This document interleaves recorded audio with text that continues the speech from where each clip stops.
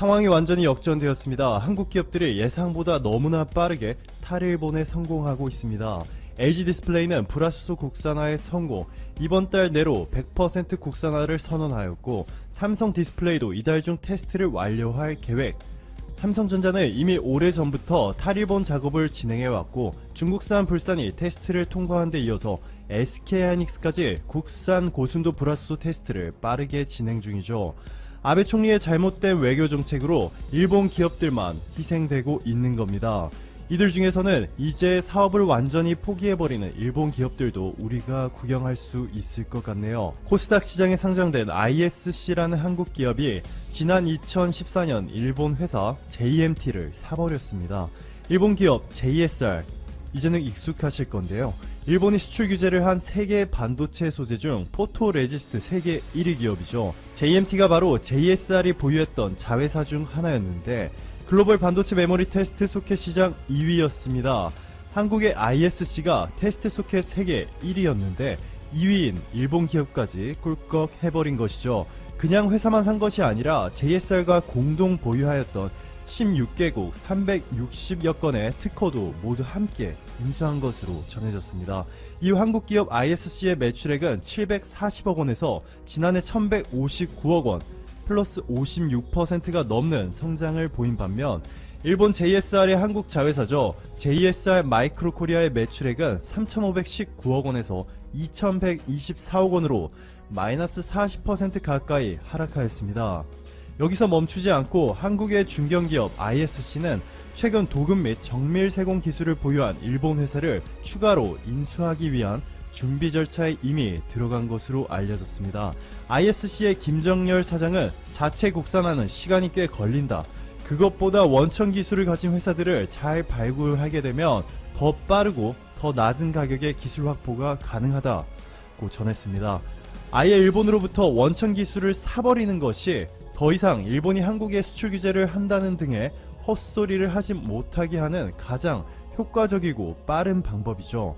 자, 이뿐만이 아닙니다. 한국 기업들이 M&A 상대로 물색하고 있는 기업들은 일본에만 국한되어 있는 것이 아니죠. 일본의 의존도를 크게 낮추기 위해서 SK실트론이 미국의 화학회사 듀폰 웨이퍼 사업부를 인수하겠다고 발표했습니다. 반도체를 만들 때 가장 기본적인 소재가 바로 웨이퍼인데요. 현재 일본 기업들의 글로벌 실리콘 웨이퍼 점유율이 50%를 넘습니다. SK실트론이 한국에서 유일하게 이를 생산하고 있는데 점유율이 9%에 그치죠.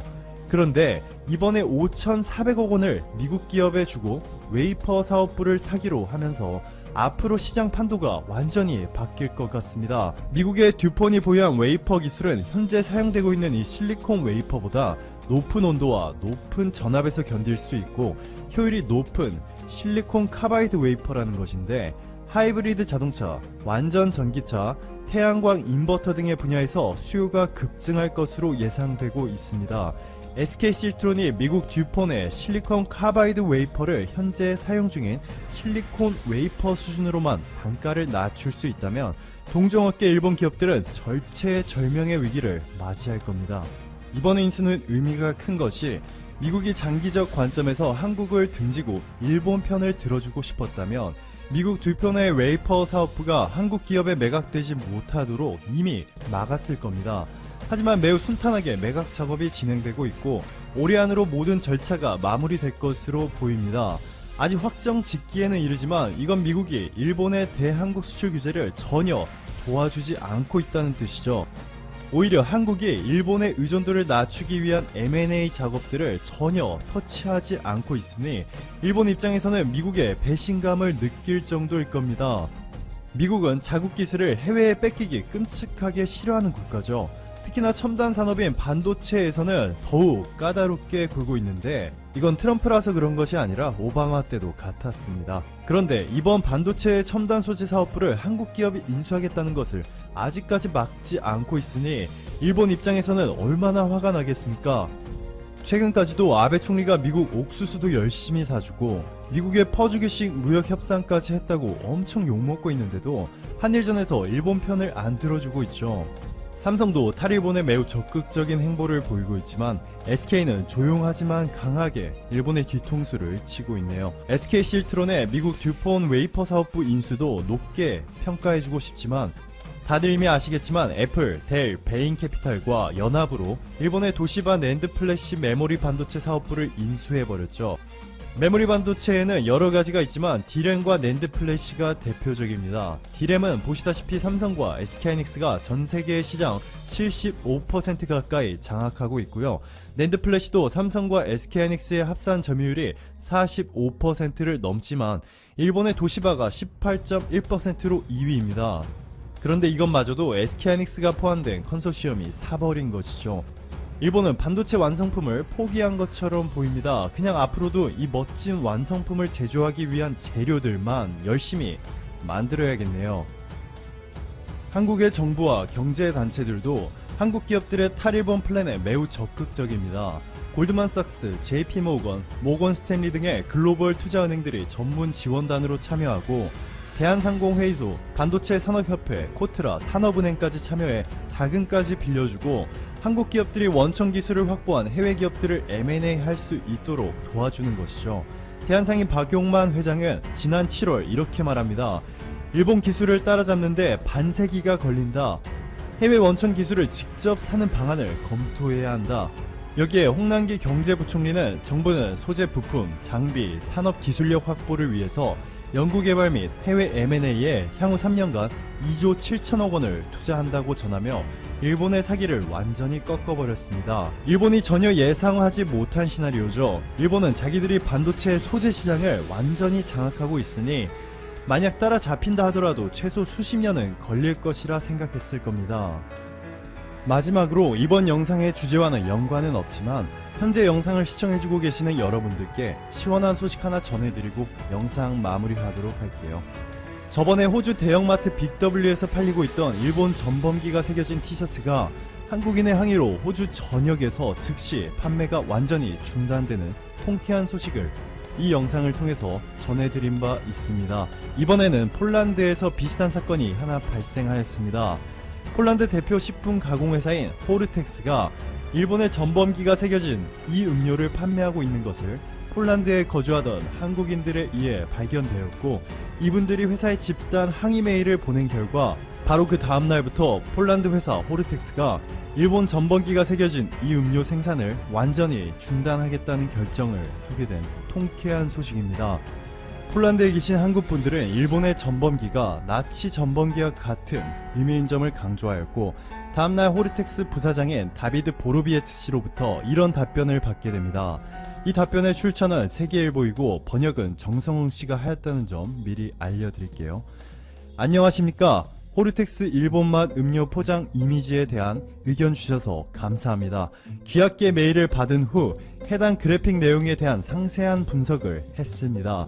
포장 제작 담당자들이 흰색, 빨간색 색상 조합이 부정적인 의미를 가질 것이라는 것을 인식하지 못했습니다. 귀하의 의견과 호르텍스 그룹이 최고의 윤리 규범을 준수하는 차원에서 호르텍스사 임원진은 해당 포장으로 된 일본 음료 생산을 즉시 중단하기로 결정했습니다. 부디 저희의 결정이 기아와 저희 고객들에게 호르텍스 브랜드에 대한 가장 좋은 인상을 드릴 수 있기를 바랍니다. 경의를 표하며 다비드 보르비에츠 부사장. 추천 한번 정중히 부탁드리면서 들어가 보겠습니다. 기업의 가치는 이익에 따라 움직인다는 시대를 초월하는 본질이 존재를 하죠. 오늘은 면접의 본질에 대한 이야기를 해보고자 합니다. 40대, 50대 분들은 조카나 아들님, 따님들에게 공유를 해주시면 공짜 녹음물이지만 저는 개인적으로 필기나 어떤 서류 전형을 쉽게 통과를 하고도 면접에서 매번 떨어지는 분들이 있습니다. 그런 분들에게는 대기업 연봉 정도의 가치가 있을 거라 확신을 합니다. 블로그에 글로도 남겨놨으니 이제 동영상 정보란에 블로그 링크 같은 거 참고를 하셔도 되고요. 시작해 보겠습니다. 우선 저는 학력도 평범하고 서울에 있긴 하지만 중위권 정도입니다. 중하위권이라고 볼 수 있죠. 지능도 그다지 높은 사람이 아님을 먼저 밝혀둡니다. 뛰어나서 면접을 잘 본 게 절대 아니라는 의미죠. 한때 뭐 게임을 너무 하다가 프로게이머를 이제 지원할 정도로 성적도 최하위권인 사람이었습니다. 그럼에도 이상하게 면접만큼은 누구보다 자신 있었고, 물론 현재는 이제 퇴사를 해서 개인 사업을 하고 있지만, 과거 제가 꿈꾸던 LG 화학이라는 지금 세계 1위 전기차 배터리 회사와 메이저 공기업에 동시 합격을 하였고, 제가 무료로 동생, 뭐 후배들 컨설팅을 해서 돈을 안 받고 했어요. 면접에서 떨어진 사례는 그 분들이, 제가 컨설팅한 분들이 지금까지 제 양심을 걸고 한 번도 없습니다. 굳이 뭐 거짓말을 할 이유가 없겠죠. 제가 이걸로 뭐 컨설팅 장사를 할 것도 아니고, 숫자도 2자릿수가 넘어갑니다. 심지어는 저 두 기업 면접 가기 전날에 저는 PC방에서 6시간 동안 게임을 하고 갔습니다. 제 개인적인 경험이 혹시나 구직자분들의 시행착오를, 뭐 처음 하시는 분들의 이런 시행착오를 바로잡는데 조금이라도 보탬이 될까 해서 몇 자 남겨봅니다. 면접이라는 게임의 답은 수만 가지가 있지만 제 개인적으로 기본적인 철학, 원리는 4가지 정도로 정리가 됩니다. 뭐 여러 가지 다른 이제 답은 있을 수 있어요. 근데 첫 번째, 자신이 내세울 가치를 설정할 것, 가치 테마를 설정하는 것이죠. 그 다음에 두 번째, 외운 티를 내지 않을 기술을 익힐 것. 세 번째, 면접의 처음부터 끝까지 일관성을 유지할 것. 답변의 일관성을 말하는 거죠. 그리고 네 번째, 이런 것들을 조금 가능하게 하는 테트리스 기법이라는, 제가 뭐 그냥 이름 붙인, 유치하게 이름 붙였죠. 이름 붙인 방법이 있습니다. 자, 요약해서 이제 4가지를 썼는데 뭐 좀 있어 보일 수도 있는데 별거 없습니다. 아주 상식적인 원리예요. 근데 저는 이 4가지를 완벽하게 그저 그냥 읽고 아 그렇구나 하고 자기계발 서적처럼 넘어가는 게 아니라 체화를 한다면 못 통과할 면접은 없다고 결코 확신합니다. 물론 뭐 특수한 면접을 말하는 것이 아니고 일반적인 뭐 삼성, SK, 현대차 뭐 이런 일반적인 대기업, 뭐 또 일반적인 공기업은 전부 다 이제 뚫을 수 있다고 확신을 합니다. 제가 뭐 돈 받고 파는 것도 아닌데 한번 속눈샘 치고 들어보시면 좋을 것 같습니다. 우선 첫 번째로 자신이 어떤 가치가 있는 사람인지 그 4가지를 이제 차례차례 좀 세분화시켜서 이야기를 할 텐데, 첫 번째 가보죠. 자신이 어떤 가치가 있는 사람인지를 정해야 됩니다. 물론 회사의 가치랑 연결을 해야겠죠. 이는 개인적인 경험들에 기초해서 물론 회사랑 좀 연관되면 당연히 좋겠지만, 그렇지 않다 하더라도 그런 경험을 못 가지고 있다 하시면 만들면 그만입니다. 공기업의 같은 경우에는 뭐 요즘에 안전이나 아니면 모든 그런 기업들에서 추구하는 가치, 개인보다 공동체를 우선시하는 가치관, 이런 거 잡으시면 좋겠죠. 대기업의 같은 경우에는 자신이 계속 시도를 하는 사람, 물론 R&D냐 설비냐 뭐 공정 엔지니어냐 아니면 기획이냐 마케팅이냐 따라 다르겠지만, 핵심적인 가치는 뭐 여러 가지가 있을 수 있겠지만 예시로 실패하던, 자신이 성공하던, 계속해서 시도하고 그 과정 속에서 성장하는 가치관, 이런 거를 뭐 잡으실 수도 있겠죠. 요거는 물론 개인의 경험에 따라 달라질 수 있지만 분명한 건 기업의 기여가 될 만한 가치면 뭐 충분합니다.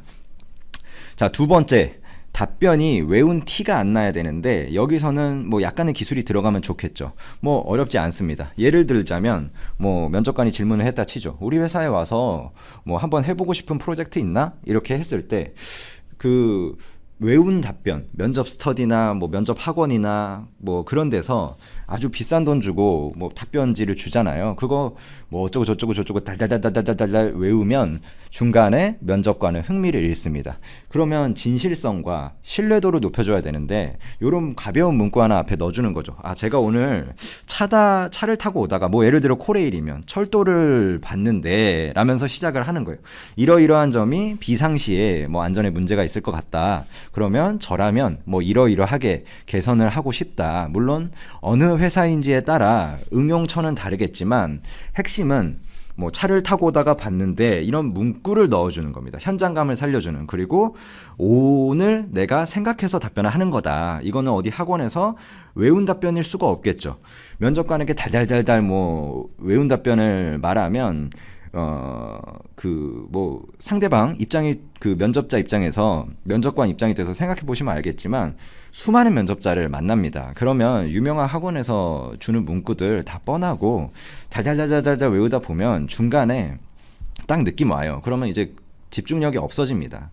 근데 이제 오늘 생각한 거다라는 느낌을 딱 주면 이제 가벼운 기술로서 이제 좋은 거죠. 기술은 많을 수 있지만 핵심은 제가 뭐 오늘은 차를 타고 왔는데 이것만 하라는 게 아니라 핵심은 외운 티를 안 낼 만한 그런 현장감을 살려주고 내가 즉석에서 생각한 그런 티를 내주는 문구들을 넣어주는 겁니다. 그러면 답변의 진실성이나 신뢰도가 올라가죠. 독자분이 질문을 했는데 답변을 와다다다다다 쏟아낸다면 과연 관심이 갈까요? 아니면 애도 외운 거 말하네? 라고 생각을 할까요? 또한 답변을 외우다 보면 그 면접관의 의도에 맞춰서 유연하게 답변을 못해요. 동문서답하게 되는 경우가 허다합니다. 왜냐하면 자기가 외운 답변, 완벽하게 기승전결을 만들어 놓은 답변이 이 딱 틀이 정해져 있기 때문에 토시 하나 틀리지 않고 외우는 사람들도 있거든요. 굉장히 초보적이죠, 그건. 근데 그런 경우가 허다합니다. 그런 경우가 허다해서 그러면 당연히 면접관의 질문에 동문서답할 수밖에 없겠죠. 이건 뭐 당연한 원리죠. 그에 대한 해답이 바로 테트리스 기법인데 일단 일관성에 대한 이야기를 하고 테트리스 기법에 대한 이야기로 마무리를 한번 지어 보겠습니다. 일관성이 이제 세 번째 이제 포인트인데 첫 번째에서 가치 테마를 잡았죠. 예를 들어 안전, 뭐 개인보다 공동체를 뭐 잡았다 치죠. 그건 개인마다 다르고 또 목표하는 회사마다 조금씩은 다를 수 있겠지만 회사랑 연관되는 어떤 가치관을 잡았다. 그러면 면접장에서 처음부터 끝까지 그 답변들이 가치관에 일관되게 가야 됩니다. 그래야 면접자 입장에서 답변의 신뢰도가 당연히 높아지겠죠. 답변마다 저런 같이 말하고 저기서 답변에는 또 저런 같이 말하고 그러니까 이게 그런 면접자들이 있을 수밖에 없는 게 자기가 표현하고 싶은 게 많은 거예요. 한정된 답변은 물론 면접마다 다르지만 예를 들어 4번 말할 수 있다 하면 그리고 몇 번 말할 수 있을지 면접관에 따라서 그 사람 기분이나 그날 스타일에 따라서 달라지거든요.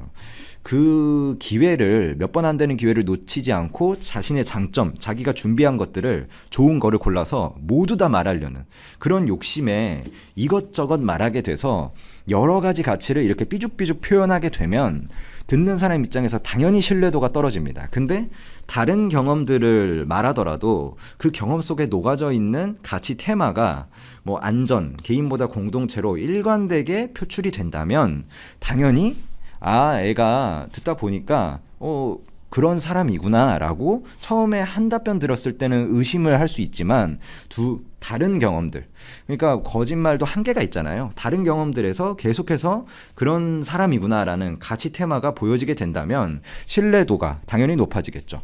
자, 마지막은 테트리스 기법입니다. 이게 결국에는 외운 티를 안 내고 동문서답하지 않기 위해서 제가 고안한 기법인데요. 뭐 이름만 제가 그냥 지어 본 거죠. 이거 뭐 별건 아니고 답변을 할 때 예상 질문을 뽑아두고 그것에 대해서 예상 답변을 줄줄줄줄 써가면서 외우시는 분들이 있어요.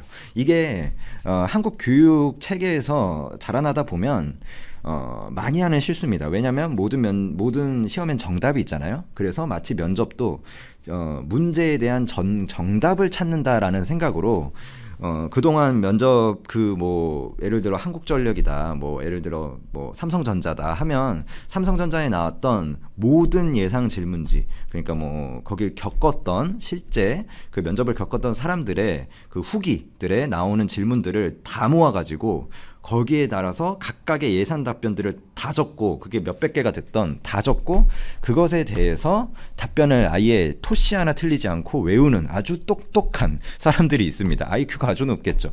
그러나 그것은 최악의 방법 중에 하나입니다. 무의미한 행동이에요. 그렇게 그 1000개를 외운다 해도 거기서 완벽하게 의도가 똑같은 질문이 나올 확률은 굉장히 희박합니다. 나와봤자 한두 개예요. 사람마다 그 생각하는 게 다르고 비슷한 걸 묻더라도 그 말의 어투나 뉘앙스에 따라서 답변이 달라야 돼요. 그러려면 유연성을 확보하는 게 굉장히 핵심입니다. 질문한 것에 요지대로 답을 해야 되는 거죠. 이건 당연하죠. 만약에 구독자분이 면접장에 들어가서 면접을 본다고 생각을 해보세요. 그러면 물론 NCS 면접 이런 것처럼 뭐 틀이 정해진 면접도 있지만 대부분의 면접 실무진 특히 면접관들 갑자기 실무하다가 끌려오신 이제 뭐 삼성전자에서 반도체 개발하다가 갑자기 끌려왔어요 면접장에. 그러면 자기가 그냥 뭐 평소에 요즘 청년은 뭐 이런 청년이 괜찮은 것 같은데 이런 거 질문해 볼까 하면서 뭐 상사랑 만약에 싸우게 된다면 어떻게 대처를 할 거예요? 뭐 아니면 뭐 거래처랑 이런 문제가 생기면 어떻게 대처를 할 거예요? 이러면서 자기가 그냥 궁금한 거를 자기의 뉘앙스대로 물어본단 말이죠. 그러면 그 센텐스대로 그러니까 문단대로 어느 정도의 주제를 잡아두고 섞는 연습을 해야 됩니다. 그거를 이제 테트리스 기법이라고 제가 표현을 한 건데 방법은 우선 재료를 만듭니다. 재료는 당연히 이제 필요하겠죠. 근데 그거는 뭐 자신의 과거 경험을 일단 인생을 한번 돌아보고 거기서 쓸만한 게 몇 개 없다. 그러면 몇 개를 만들어도 돼요. 그건 거짓말을 쳐도 됩니다. 근데 진심을 섞어세요. 거짓말을 칠 때도. 진심으로 자기가 이 거짓말을 믿어야 됩니다. 거짓말이 지금 좋다는 게 아니라 여러분의 합격을 원해서 이제 어떤 스킬의 하나로 말씀드리는 거니 좀 양해를 부탁드립니다. 좀 도덕적으로 문제가 있더라도. 아무튼 진심을 섞은 그런 거짓말까지 포함해서 이제 5개 뭐 10개 이렇게 재료가 모였다 치자고요. 근데 그거를 1분의 답변으로 만드는 사람들이 있어요. 그 경험마다. 근데 그게 아니라 한 뭐 10초, 20초 아니면 그 에피소드를 뜻하는 어떤 큰 주제의 단어들 정도만 연상이 되도록 기억을 하면 됩니다. 그럼 그 단어들이 하나의 블록이 되는 거예요. 그러니까 단어라기보단 주제를 기억하는 거죠.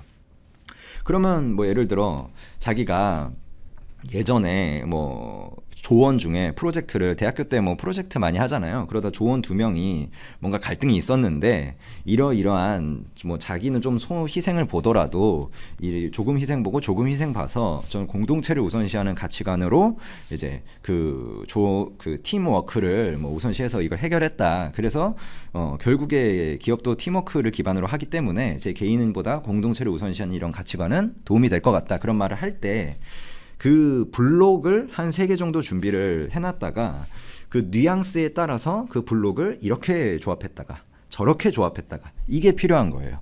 그거를 예상 질문 어떻게 연습을 하냐 그러면 예상 질문지를 뽑습니다. 근데 예상 답변을 만드는 건 아니에요. 그 예상 질문지를 들고 그냥 걸어 다니면서 뭐 산책 같은 거 하면서 질문을 딱 읽고 바로 즉석에서 그 자신이 가진 테트리스 조각들 있잖아요. 그거를 첫 번째, 두 번째, 세 번째 이렇게 싹 조합해가지고 답변하는 연습. 처음에는 잘 안 되겠죠. 하지만 이거 며칠만 해보면 금방금방 이 순발력에 의해서 사람마다 조금의 시간은 차이는 있지만 답변이 됩니다. 그리고 면접 스터디에서도 이제 낯선 사람들에게 또 그 낯선 사람들 앞에서 테트리스를 조합하는 연습도 당연히 하겠죠. 그렇게 되면 뭐가 좋냐? 질문자의 요지에 따라서 요지를 순간적으로 파악하고 가진 재료들을 적절히 조합해서 그리고 토시하나 틀리지 않고 식으로 외우지 않았기 때문에 그 요지에 따라서 어느 정도 주제 안에서의 유연성을 나타낼 수 있고 그 첫 번째 조각 뒤에 다른 조각을 놓을 수 있고 아니면 요지에 따라서 두 번째 조각을 먼저 놓고 첫 번째 조각을 뒤에 놓을 수도 있겠죠. 이런 유연성이 가능하다는 장점이 있습니다. 그리고 저도 뭐 이제 뭐 옛날 일이고 지금 회사를 다니지도 않지만 예전에 면접을 봤을 때 어떤 여성분이 있었는데 아예 면접을 보다가 말문이 막히시더라고요. 근데 그 중간에 말을 하다가 동아리 선배 이러면서 말문이 막히는 거예요. 근데 원래 1차 면접 때 굉장히 잘 봤던 분이거든요. 그럼 왜 그랬냐? 결국에 토시하나까지 외우는 식으로 하셨기 때문에 그 다음 단어가 생각이 안 나면 아이의 뒤가 까먹는 겁니다. 근데 주제별로 이제 연상으로 주제 단어 정도만 외웠으면 당연히 그 주제 단어는 생각이 날 테고 그리고 즉석에서 그걸 말할 수 있는 순발력을 평소에 연습을 통해서 길러놨기 때문에 면접장에서도 막힘없이 그리고 다른 뭐 일정한 단어가 생각이 안 난다. 그러면 적당한 다른 단어로 그냥 말하면서 가겠죠. 근데 그 면접자분은 자기가 외운 단어를 말해야 되기 때문에 이제 말문이 막히는 거죠. 그런 차이가 이제 있는 겁니다. 물론 이게 전부는 아니겠죠. 토론 면접의 팁이나 뭐 첫째, 둘째, 제가 뭐 이런 경험이 있고 그 배경에는 첫째로는 이게 있고 둘째로는 이게 있고 이런 논리를 잡아서 말하는 기술이나 뭐 기업의 내부적인 언어 있잖아요. 뭐 반도체 다 치면 그 뭐 애칭 안에서의 공정에서의 뭐 또 용어들, 그리고 뭐 실리콘 카바나이드 링 같은 게 요즘 수요가 왜 증가하는지, 그리고 공정에서 어떤 면을 하면 할 때 어떤 공정 장비가 있는데 하면서 그 내부적인 언어를 좀 섞어서 신뢰성을 더하거나, 뭐 LG화학도 그런 게 있을 수 있겠죠. 잔기술은 기업마다 수만 가지는 될 겁니다. 끝도 없겠죠. 그리고 보통 이런 잔기술을 많이 가르쳐요. 그래야지 계속해서 막 돈을 받으면서 가르칠 수 있으니까.